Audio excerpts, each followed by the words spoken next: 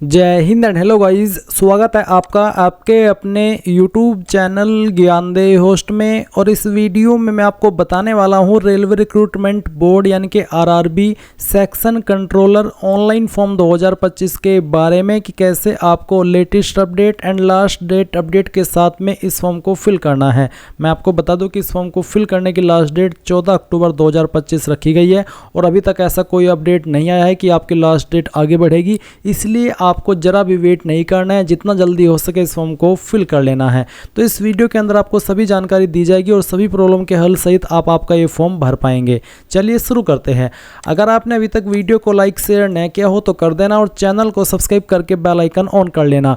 इसके बाद में जो लिंक वीडियो के डिस्क्रिप्शन में दिया है आप ओपन करेंगे, आपके सामने इस भर्ती की जानकारी आएगी जहां पर जानने को मिलेगा कि 368 पोस्ट पर यह भर्ती निकाली हुई है। फॉर्म जैसे कि मैंने अभी आपको बताया कि 14 अक्टूबर 2025 तक आप भर पाएंगे। बात करें एप्लीकेशन फीस की तो SC ST ex serviceman female EBC इनके लिए 250 है और जनरल OBC EWS इनके लिए 500 है। बट ये पूरा सच नहीं है, ये आपको फीस पे तो करनी है बट जब आपका एग्ज़ाम हो जाएगा तो उसके बाद में चाहे आप एग्ज़ाम में फेल हो चाहे पास हो, आपको जो SC ST ex serviceman female EBC है इनको पूरी की पूरी यानी कि 250 रुपये रिफ़ंड कर दिए जाएंगे और जो जनरल OBC EWS है इनको 400 रुपये रिफ़ंड होंगे, यानी कि इनकी सिर्फ 100 रुपये फीस रखी जाएगी। अब आप यहाँ पर नीचे देख लीजिए कि कौन सी आरआरबी के लिए किस जोन में किस कैटेगरी में कितनी वैकेंसी है। इसके बाद आप जानेंगे कि अप्लाई करने के लिए आपसे bachelor degree in any discipline या फिर उसके बराबर की योग्यता, तो ये इसमें आपसे अप्लाई करने के लिए मांगी है। ये सब इन्फॉर्मेशन आपने चेक कर ली। अब अगर आपने इन्फॉर्मेशन चेक करने के बाद में देखा कि मैं इसमें अप्लाई करने के लिए एलिजिबल हूँ और आपका इंटरेस्ट भी है और आपने अभी तक फॉर्म अप्लाई नहीं किया तो इंपॉर्टेंट लिंक के सेक्शन से अप्लाई ऑनलाइन लिंक ओपन करेंगे। अब आपके सामने यहाँ पर ये वेबसाइट आ जाएगी आरआरबी की। मैं आपको बता दूं कि अगर आपने इस वेबसाइट का इस्तेमाल करके जब से वेबसाइट लॉन्च हुई है तब से कोई भी फॉर्म भरा है तो आपका अकाउंट बना हुआ है, आपको दोबारा से रजिस्ट्रेशन करने की आवश्यकता नहीं है। आप आपकी लॉगिन इन्फॉर्मेशन का इस्तेमाल करके इसमें लॉगिन हो जाएंगे। बट गाइज अगर आप फ्रेशर है तो आप इसमें नया रजिस्ट्रेशन करेंगे तो क्या करना है, आप यहाँ पर इसमें क्रिएट एन अकाउंट इसके ऊपर क्लिक करेंगे। इसके ऊपर क्लिक करने के बाद में प्लीज़ नोट में आपको यही चीज़ बताई जा रही है जो कि अभी मैंने आपको बताई है कि अगर आपने जब से पोर्टल लॉन्च हुआ है 2024 से तब से लेकर अब तक 2025 तक CEN यानी कि रेलवे का कोई भी फॉर्म भरा है, चाहे वो RPF कांस्टेबल हो, टेक्नीशियन हो, ALP हो, कोई सा भी हो भरा है तो आपका अकाउंट बना हुआ है, आपको दोबारा बनाने की आवश्यकता नहीं है। तो आप यहाँ पर इसमें दोबारा से रजिस्ट्रेशन नहीं करेंगे। बट अगर आप बिल्कुल फ्रेशर है, आपने इस वेबसाइट का इस्तेमाल करके कोई भी फॉर्म नहीं भरा ना 2024 में ना 2025 में, तो आप यहाँ पर इसमें नया अकाउंट बनाएंगे। इसके लिए अब आप यहाँ से प्लीज़ नोट में ओके कर दीजिए। ओके करने के बाद में आप देखेंगे कंट्री ऑफ नेशनलिटी, इसमें आप इंडिया सेलेक्ट कर लीजिए अगर आप इंडियन हैं। फिर आप देखेंगे पर्सनल इन्फॉर्मेशन जहाँ पर सबसे पहले है फुल नेम। आपको आपका पूरा नाम 10th के सर्टिफिकेट के अकॉर्डिंग फिल करना है। इस नाम को दोबारा डाल करके आपको यहाँ पर वेरीफाई कर देना है। फिर आपसे पूछा है have you changed your name, क्या आपने 10वीं के बाद में आपका नाम बदला है, अगर हाँ तो यस। और फिर आप यहाँ पर अंडरस्टैंड एंड आई एग्री इसके ऊपर क्लिक करके जो आपने नाम बदला है वो आप डालेंगे और उसको दोबारा डाल करके वेरीफाई कर देंगे। पर गाइज अगर आपने अपना नाम नहीं बदला 10वीं के बाद में तो आप यहाँ पर नो कर दीजिए। अब जो आपका डेट ऑफ बर्थ है वो आप कैलेंडर के ऊपर क्लिक करके सिलेक्ट कर लेंगे, पहले ईयर फिर यहाँ से आपका मंथ और उसके बाद में डे, तो आपकी डेट ऑफ बर्थ इस तरह से आ जाएगी। उसको दोबारा सिलेक्ट करके आप यहाँ पर वेरीफाई कर दीजिएगा। फिर आएगा जेंडर, आपको आपका जेंडर सेलेक्ट करना है, जेंडर को दोबारा सिलेक्ट करके वेरीफाई कर लेना है। अब आप यहाँ पर फादर नेम डालेंगे, फादर नेम भी आपको 10th के सर्टिफिकेट के अकॉर्डिंग यहाँ पर भरना है। अब उसको दोबारा डाल करके वेरीफाई भी कर देना है। सेम वे में आप आपकी मदर्स का नेम यानी कि माता जी का नाम डालेंगे और उसको दोबारा डाल करके वेरीफाई कर देंगे। फिर आप आपका ईमेल एड्रेस डालेंगे जो कि आप रजिस्टर करना चाहते हैं और फिर जनरेट ईमेल OTP पर जैसे ही क्लिक करेंगे आपकी ईमेल के ऊपर एक OTP जाएगा जो कि आप यहाँ पर डाल करके वेरीफाई करेंगे। अब आप मोबाइल नंबर डालेंगे और मोबाइल OTP जनरेट करने के बाद में वो OTP यहाँ पर डाल देंगे। इसके बाद आपके सामने दो ऑप्शन है, वेरिफिकेशन थ्रू डिजिलॉकर और दूसरा वेरिफिकेशन थ्रू आधार कार्ड। किस माध्यम से आप यहाँ पर वेरिफिकेशन करना चाहते हैं, डिजिलॉकर अकाउंट के माध्यम से या फिर आधार कार्ड के माध्यम से, तो जो भी माध्यम आप सेलेक्ट करना चाहे उसी के ऊपर आप क्लिक करेंगे। अगर आप वेरिफिकेशन थ्रू आधार कार्ड के ऊपर क्लिक करते हैं तो आपको यहाँ पर आपका आधार कार्ड का नंबर डालना है और फिर जनरेट आधार OTP के ऊपर क्लिक करना है। आपके नंबर के ऊपर वो OTP जाएगा जो कि आपने आधार के साथ में लिंक किया है। उस नंबर पर जैसे ही OTP आए वो आप यहाँ पर डालिएगा और वेरीफाई के ऊपर क्लिक करके उसको वेरीफाई कर दीजिएगा। फिर आप यहाँ पर टिक करेंगे। उसके बाद में आप यहाँ पर एक पासवर्ड क्रिएट करेंगे।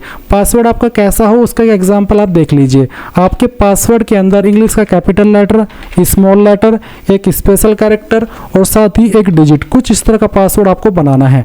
पासवर्ड की लेंथ 8 से 16 कैरेक्टर के बीच में होनी चाहिए। फिर आप उस पासवर्ड को दोबारा डाल करके वेरीफाई कर देंगे एंड देन आप यहाँ पर आई एम नॉट रोबोट के ऊपर क्लिक करेंगे। फिर जो भी जानकारी आपने भरी उनको चेक करते हुए आप preview and create an account इसके ऊपर क्लिक करेंगे। Preview and create an account के ऊपर क्लिक करने के बाद जो जानकारी अभी आपने भरी उनका प्रीव्यू आपके सामने आएगा, यानी कि आप एक बार फिर से सभी जानकारी को चेक कर सकेंगे और देख सकेंगे कि हाँ आपसे कहीं पर कोई मिस्टेक तो नहीं हो गई है।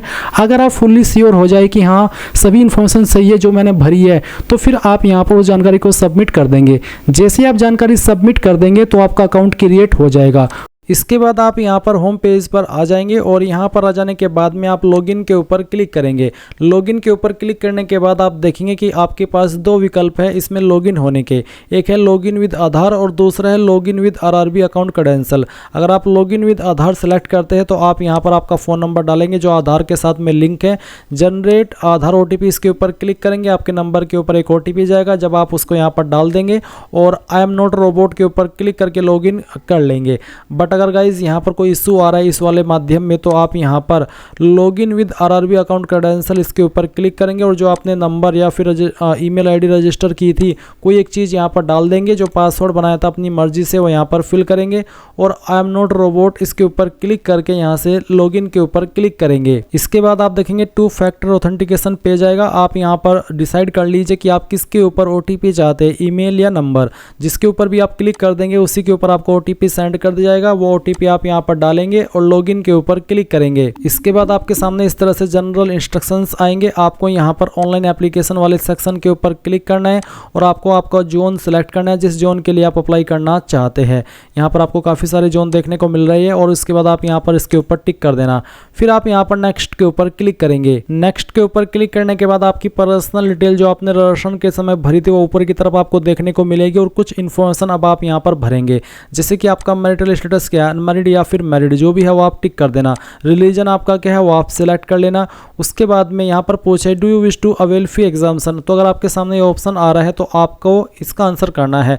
बेसिकली सवाल का मतलब ये है कि जो आपको फीस रिफंड होती है, आपको जनरल OBC WS से है तो 400 रुपये फ़ीस रिफ़ंड होती है, SC ST या फिर बाकी कैटेगरी से है तो आपको पूरी की पूरी फ़ीस रिफ़ंड कर दी जाती है जब आपका एग्ज़ाम हो जाता है।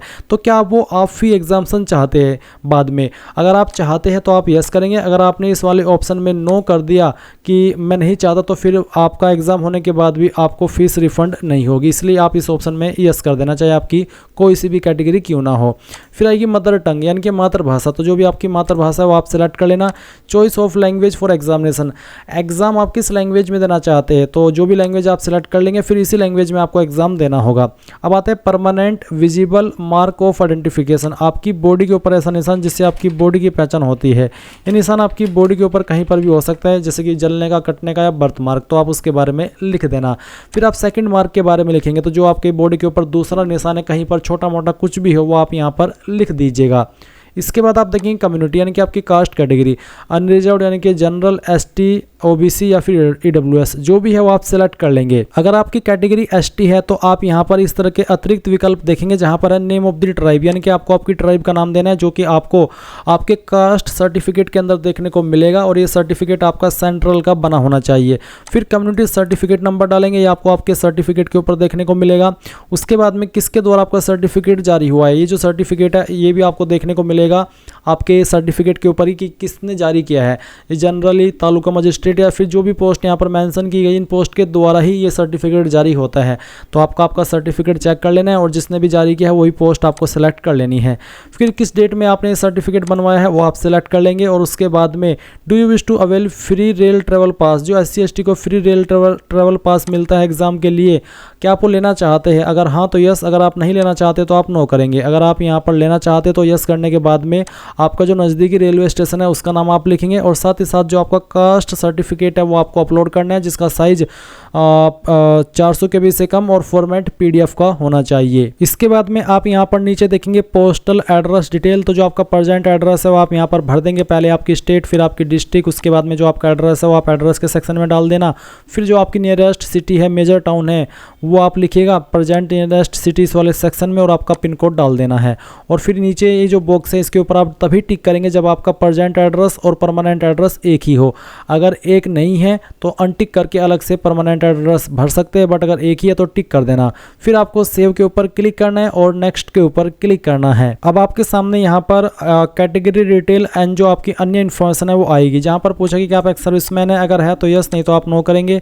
फिर क्या आप पर्सन विद बेंचमार्क डिसेबिलिटी यानी कि विकलांग है, अगर है तो यस, नहीं तो आपको नो करना है। फिर यहाँ पर पूछेगी क्या आप इकोनॉमिकली बैकवर्ड क्लास से आते हैं, अगर हाँ तो यस, नहीं तो आपको नो करना है। फिर क्या आप एम्प्लॉई है इंडियन रेलवेज के, अगर हाँ तो यस, नहीं तो यहाँ पर भी आपको नो करना है। इसके बाद देखेंगे करंट एम्प्लॉयमेंट डिटेल, तो name of the current department organisation, तो आप बताएंगे सेंट्रल गवर्नमेंट, स्टेट गवर्नमेंट या फिर पीएसयू। अगर आप बेरोजगार है या फिर कोई छोटी मोटी प्राइवेट जॉब कर रहे हैं तो आप नॉट एप्लीकेबल सिलेक्ट कर लेंगे। फिर आप यहाँ पर नीचे देखेंगे bank detail for refund of fee, यानी कि जो आपकी फीस रिफंड होगी वो इसी बैंक अकाउंट के अंदर होगी, तो आपको इसकी इन्फॉर्मेशन देनी है। तो refund of fee account holder name, यानी कि जो आपका अकाउंट है बैंक में वो किसके नाम पर है, आप अपना भी दे सकते हैं और किसी और का भी दे सकते हैं, तो वो नाम आप यहाँ पर लिखेंगे। फिर आपको यहाँ पर अकाउंट नंबर डालना है, उसको दोबारा डाल करके वेरीफाई करना है। IFSC कोड भरेंगे, IFSC कोड आपको आपकी बैंक की पासबुक और चेकबुक इसके ऊपर मिल जाएगी, या फिर आप इसको ऑनलाइन भी प्राप्त कर सकते हैं। आपको ऑनलाइन कैसे प्राप्त करना है मैं आपको बताता हूँ। आप गूगल के अंदर जाना और सर्च करना आपके बैंक का नाम और उसके बाद में जहाँ पर वो स्थित है, और फिर उसके बाद में लिख देना IFSC कोड, तो आप ऑनलाइन वे में इसको प्राप्त कर सकते हैं। जैसे ही आप IFSC कोड डाल करके कंफर्म करेंगे तो आपके बैंक का नाम और बैंक का एड्रेस ऑटोमेटिकली यहाँ पर आ जाएगा। फिर आप सेव के ऊपर क्लिक करेंगे और नेक्स्ट कर देंगे। अब आपके सामने यहाँ पर क्वालिफिकेशन की जानकारी आएगी। मेरी जानकारी पहले से भरी हुई है तो मैं यहाँ पर इसी को पहले 10th वाली को एडिट करके दिखाता हूँ। तो आप मैट्रिकुलेशन सेलेक्ट करेंगे, स्टेट बताएंगे कि कहाँ से आपने 10वीं की है, डिस्ट्रिक्ट बताएंगे वो सिलेक्ट करनी होगी बेसिकली, आपके बोर्ड का नाम यहाँ पर डालेंगे, कब आपने पास की थी वो डेट सेलेक्ट करेंगे, आपका 10वीं का रोल नंबर और फिर जो सर्टिफिकेट नंबर है वो भी आप यहाँ पर डाल देंगे और इसको आप ऐड कर देंगे। ऐड करने के बाद आप यहाँ पर बैचलर डिग्री सेलेक्ट कर लेंगे अगेन, और उसके बाद में बैचलर डिग्री डिसिप्लिन में फिर आपको name of the course as existing on certificate, यानी कि आपका कोर्स कौन सा है वो आप यहाँ पर लिख देंगे। उसके बाद में कहाँ से आपने किया है वो आपको बताना है, डिस्ट्रिक्ट बतानी है। फिर यहाँ पर आपको नेम ऑफ कॉलेज यूनिवर्सिटी, तो कहाँ से आपने किया है वो आपको यहाँ पर एंटर करना है, जैसे कि मैं आपको यहाँ पर एंटर करके दिखा रहा हूँ। इस तरह से एंटर करने के बाद में आप यहाँ पर देखेंगे डेट ऑफ पासिंग, तो कब आपने पास कर लिया था, ये क्वालिफिकेशन वो आपको सिलेक्ट कर लेना है। इसको सेलेक्ट करने के बाद में आप यहाँ पर ऐड के ऊपर क्लिक करेंगे तो ये जानकारी आपकी ऐड हो जाएगी। अब आप सिंपली यहाँ पर नेक्स्ट के ऊपर क्लिक कर दे। अभी आपको यहाँ पर आपका जो फोटो है और सिग्नेचर है वो अपलोड करना है। साथ ही आप देखेंगे सैंपल ऑफ फ्यू रिजेक्टेबल फोटोज़, तो आप इसके ऊपर क्लिक करके देख लीजिए कि किस तरह का फोटो एक्सेप्ट होगा और किस तरह के रिजेक्ट होंगे। अब आप यहाँ पर नीचे आएंगे और जो आपका कैमरा है वो ऑन कर लेंगे। आप इसको कंप्यूटर से भी कैप्चर कर सकते हैं और अपने मोबाइल से भी कैप्चर कर सकते हैं, और किन किन चीज़ों का ध्यान रखना है वो आपको ध्यान यहाँ पर देखने को मिल जाएगा। सिग्नेचर भी आप यहाँ पर अपलोड करेंगे तो ब्राउज के ऊपर क्लिक करना और जहाँ पर भी आपकी सिग्नेचर की फाइल है वो आप सिलेक्ट करेंगे, ओपन करेंगे और इस तरह से आपका सिग्नेचर यहाँ पर आएगा। इसके बाद में गाइज आप यहाँ पर आई है अपलोडेड माई ओन सिग्नेचर, इसके ऊपर टिक करेंगे और टिक करने के बाद में आप यहाँ पर सेव के ऊपर क्लिक करेंगे और फिर आप नेक्स्ट के ऊपर क्लिक कर देंगे। गाइज मैं आपको बता दूं कि अगर आपको आपका लाइव फोटो अपलोड करने में कोई इशू आ रहा है अपने मोबाइल से या फिर कंप्यूटर से, तो जो यहाँ पर आपको QR कोड देखने को मिलता है, आप इसको जैसे स्कैन करेंगे तो आपके सामने इस तरह से विंडो ओपन होगी। आप यहाँ पर इसमें लॉगिन हो जाएंगे आपकी लॉगिन इन्फॉर्मेशन का इस्तेमाल करते हुए, और डायरेक्टली आप यहाँ पर आपके जो जो आपका लाइव फोटो अपलोड है उसका ऑप्शन आपके सामने आएगा। आप यहाँ पर अलाउ कर देना, और अलाउ करने के बाद में आप यहाँ पर आपका जो लाइव फोटो है वो कैप्चर कर सकते हैं अपने मोबाइल से। आपका जो बैकग्राउंड है वो वाइट होना चाहिए जब आप फोटो को कैप्चर कर रहे हो, और आपके रंग बिरंगे कपड़े नहीं होने चाहिए, नहीं तो इशू आता रहता है। तो यहाँ पर आप ये जैसे ही यस कर देंगे और आपका इस तरह से फोटो आपका कैप्चर हो जाएगा और वो एक्सेप्ट हो जाएगा, तो आपके सामने यहाँ पर जो पोस्ट प्रेफरेंसेस है उसका ऑप्शन आएगा। तो आप यहाँ पर इसमें आपकी जो प्रेफरेंसेस है वो दे दीजिएगा कि किसको आप किस नंबर पर देना चाहते हैं। आप जिसको पहले नंबर पर क्लिक कर देंगे वो आपकी पहले नंबर की चॉइस मानी जाएगी, और जैसे आप ये दे दें आप इसके ऊपर टिक करेंगे, फिर नीचे की तरफ आएंगे और जो डिक्लेरेशन है यहाँ पर टिक करेंगे, और फिर आपको यहाँ पर प्रीव्यू ये पैलेस डालना है, यानी कि कहाँ से आप फॉर्म को भर रहे हैं। आपको यहाँ पर अपना नाम नहीं बल्कि सिटी का नाम डालना है और फिर सेव के ऊपर क्लिक करना है। उसके बाद आप प्रीव्यू एप्लीकेशन के ऊपर क्लिक करके जो भी इन्फॉर्मेशन आपने शुरू से लेकर अभी तक भरी है उन सभी को चेक करेंगे, और यहाँ पर I have rechecked the about details and found correct, इसके ऊपर टिक करेंगे और सबमिट कर देंगे। सबमिट करने के बाद में आपको यहाँ पर पेमेंट के पेज पर ट्रांसफ़र किया जाएगा। तो आप यहाँ पर जैसी फ़ीस जमा कर देंगे उसके बाद में जो आपका फॉर्म है वो फाइनल माना जाएगा। और अगर आपको फ़ी पेमेंट करने में भी कोई इशू आए तो आप कमेंट के माध्यम से पूछ लेना। तो गाइज़ ये थी आपकी RRB section controller online form 2025 के बारे में पूरी जानकारी। आई होप आपको प्रोसेस पसंद आया होगा। So thanks for watching. जय हिंद।